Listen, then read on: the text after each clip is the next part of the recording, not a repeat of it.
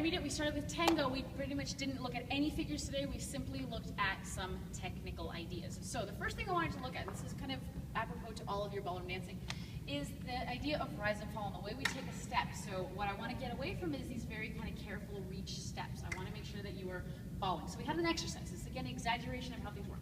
But first thing is you just want to get that feeling of falling. So we just sit there and we tip, and we catch ourselves and push back, right, to get the feeling of falling.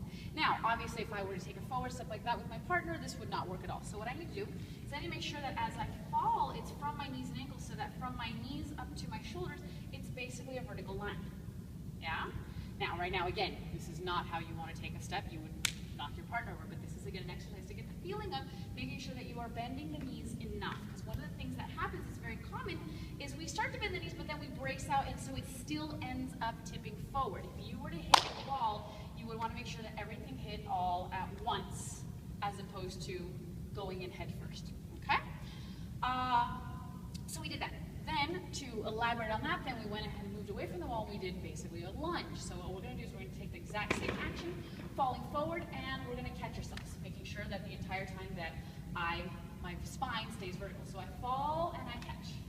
I'm going to go ahead and do that again with the other leg. And I'm going to fall and I'm going to catch.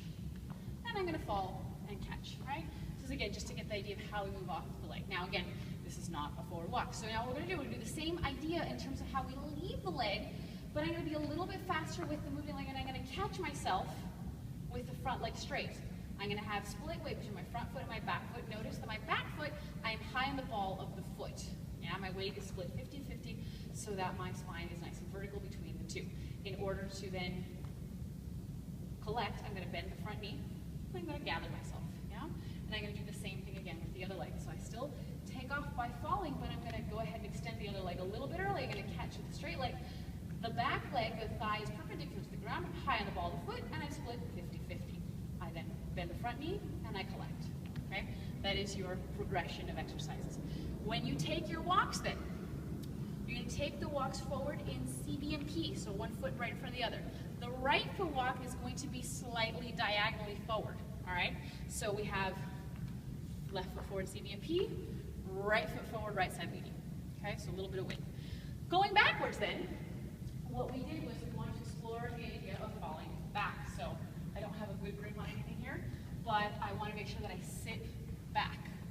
Yeah, not sit down, sitting back. So I am dropping through the knees and the hips, and I'm moving away from my partner, not dropping down to the ground, right? Then, as I do that, when I take a step backwards, I have the same idea, right? That I'm going to end 50-50 split weight. To get into a little bit more detail, I'm going to bend my knees and ankles a bit, and then I have to straighten the leg to get that last little bit of distance, all right? Don't worry about that too much just yet. If you were to take a picture of me split or mid-stride between a forward walk and a back walk, it should look exactly the same. Back leg perpendicular to the ground, front leg straight, high on the ball of the back foot.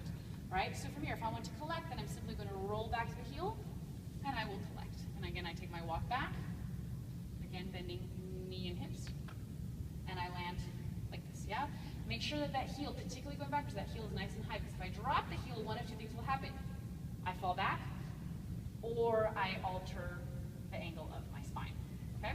That's the beginnings of your Tango walk. Then we went ahead and we did this in closed position.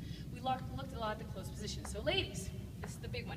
For you, you need to shift the rib cage laterally to the left. What we're going to then do is let the head follow that shift. Now, I don't want you to bend, right? Shift. Follow with the head, okay? From there, we're going to twist the rib cage a little bit to the right, okay? And then we have our hands where they need to be, okay? Make sure that from the side, it is not back. Everything stays nice and stacked. Keep the rib cage in line with the hips. Everything stays lined up. I'm not trying to move back, yes? Gentlemen, then, for you, you have similar idea, but we're notice here's exaggerated. So we have a little bit of twist to the right.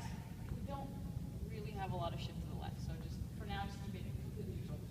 Rotating the rib cage a little bit to the right, now, making sure that you keep your head weight off to the left. What I want you to think about a little bit is from here up, I want you to hyperextend your upper backs. Now, I don't want you to do it to the lower back, so I don't want to see